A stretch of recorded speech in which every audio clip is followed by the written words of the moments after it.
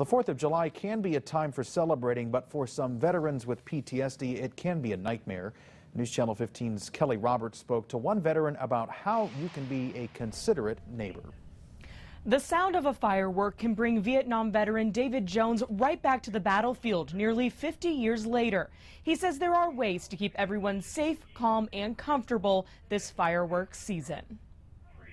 I still think about it every day. There's too many reminders. Sunny days, his preference for dark rooms, and his light sleeping will always remind David Jones of the 14 months he spent in the infantry in Vietnam, still nearly 50 years later.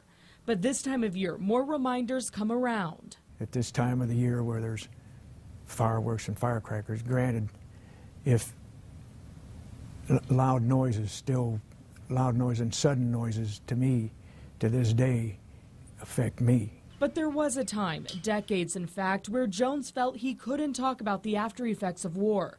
It wasn't until 22 years after he left Vietnam that he ever talked about his experience or ever talked about his post-traumatic stress disorder. Being a Vietnam vet, our welcome home wasn't that great.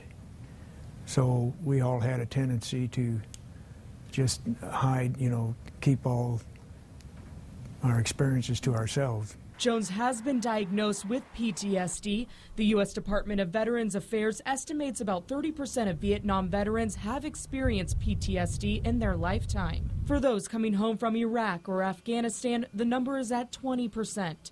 Jones says certain fireworks sound just like if he were back at war.